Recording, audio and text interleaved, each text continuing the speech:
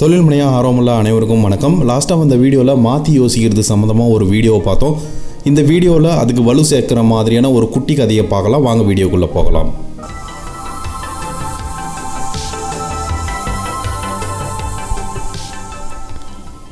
பல வருடங்களுக்கு முன்னால் ஒரு வயசானவர் இருந்தார். அவருக்கு 3 பசங்க இருந்தாங்க. அவர்கிட்ட 17 ஒட்டகங்கள் இருக்குது.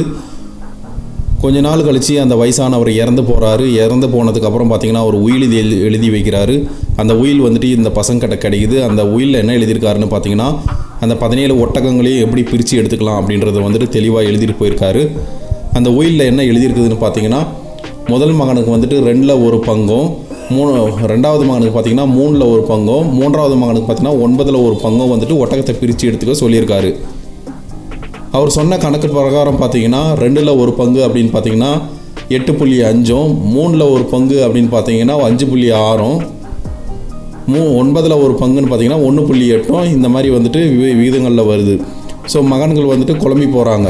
என்ன இது அப்பா இந்த மாதிரியான ஒரு உயிலை எழுதி வச்சுட்டு போயிருக்காரு அப்படின்னு சொல்லிட்டு. இந்த மாதிரி வந்துட்டு இந்த உயிலில் இருக்கிற பிரகாரம் ஒட்டகத்தை பிரிச்சிங்கன்னா ஒட்டகத்தை வந்து வெட்டி தான் நம்ம வந்துட்டு சரிசமமாக எடுத்துக்கணும் போல இருக்குது அப்படின்ற ஒரு குழப்பத்துக்கு போகிறாங்க. ஸோ 3 பேரும் சேர்ந்து அந்த ஊரில் இருக்கிற ஒரு வயசான நபர்கிட்ட போகிறாங்க. அவர் இவங்களை வந்துட்டு வரவேற்றுட்டு, உங்கள் அப்பா எங்களுக்கு வந்துட்டு ஒரு நல்ல நண்பராக தான் இருந்தார். உங்கள் அப்பா சொன்ன பிரகாரம் வந்துட்டு உயிலில் இருக்கிற மாதிரி பிரித்து எடுத்துக்கணும்னு நீங்கள் நினச்சதுக்கு வந்துட்டு நான் உங்களை வந்துட்டு வாழ்த்துறேன் அப்படின்ற மாதிரி சொல்லிவிட்டு அந்த ப்ராப்ளத்துக்கான சொல்யூஷனை வந்து நான் சொல்கிறேன் அப்படின்னு சொல்லிவிட்டு இவர்கிட்ட இருக்கிற ஒரு எக்ஸ்ட்ரா ஒட்டகத்தை வந்துட்டு நான் உங்களுக்கு வந்துட்டு கிஃப்டாக கொடுக்குறேன், அந்த ஒட்டகத்தை நீங்கள் வச்சுக்கோங்க அப்படின்னு சொல்லிட்டு ஒரு ஒட்டகத்தை கொடுக்குறாரு. இந்த ஒட்டகம் கிடைச்சதுனால அவங்களுக்கு என்ன ஆகுதுன்னு பார்த்தீங்கன்னா 17ஓட 1 சேர்ந்து ஒரு 18 ஒட்டகமாக மாறிடுது. இப்போ உயிலில் இருக்கிற பிரகாரம் வந்துட்டு அவங்க ஒட்டகத்தை வந்துட்டு பிரித்து எடுத்துக்கலாம் அப்படின்னு சொல்லிட்டு அடுத்து இப்போ கணக்கு போடுறாங்க.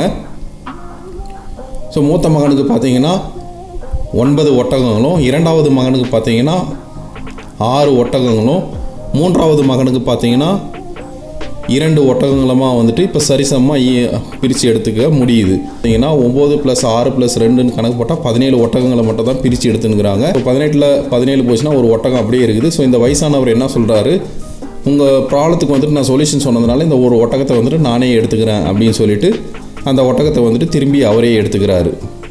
இந்த கதை மூலமாக நான் என்ன கற்றுக்கினேன் அப்படின்னு பார்த்தீங்கன்னா சில நேரங்களில் நம்ம தொழிலில் உருவாக்கி வச்சுருக்கிற ரூல்ஸ் அண்ட் ரெகுலேஷன் எல்லாம் பார்த்திங்கன்னா அந்த பெரியவரோட உயில் மாதிரியே நம்மளை வந்துட்டு முன்னேற விடாமல் தடுத்து முட்டுச்சத்துக்கு கொண்டு போயிடலாம். ஸோ ரூல்ஸ் அண்ட் ரெகுலேஷனை வந்துட்டு அப்பப்போ நேரத்துக்கு தகுந்த மாதிரி மாற்றி வச்சுக்கின்னு வாழ்க்கையில் முன்னேறணும் அப்படின்ற ஒரு பாயிண்ட்டையும், இரண்டாவது பாயிண்ட்டாக என்னென்னு பார்த்தீங்கன்னா நம்ம கண்கள் மூலமாக நம்ம என்ன பார்க்குறோமோ அதை மட்டுமே நம்பாமல் உண்மை என்னங்கிறத நாம் எண்களை கவனிக்கிறது மூலமாக மட்டுமே தெளிவாக புரிஞ்சிக்க முடியும். அதுவும் முழு எண்களாக பார்க்கும்போது மட்டுமே விடை வந்துட்டு தெளிவாக தெரியும். குருட்டாம்போக்கில் மற்றவங்க சொல்கிறத வச்சு நம்ம தொழிலை வந்துட்டு எடை போடாமல் நம் தொழிலோட உண்மையான எண்களான லாபம் நஷ்டம்ன்றத வந்துட்டு ஒரு எக்ஸ்பர்ட் மூலமாக பார்த்து உண்மையை தெரிஞ்சுக்கலாம். இது 2வது பாயிண்ட்டாகவும். 3வது பாயிண்ட் என்னென்னு பார்த்தீங்கன்னா பார்வையை மாற்றுறது மூலமாக, அதாவது மாற்றி யோசிக்கிறது மூலமாக எவ்வளோ பெரிய சிக்கலையும் நம்மளால் அவிழ்க்க முடியும் அப்படின்றத தான் வந்துட்டு இந்த கதை மூலமாக நான் கற்றுக்கினேன். இந்த கதை மூலமாக நீங்கள் என்ன கற்றுக்கணுங்க அப்படின்றத வந்துட்டு கமெண்ட் பாக்ஸில் தெரிவிங்க.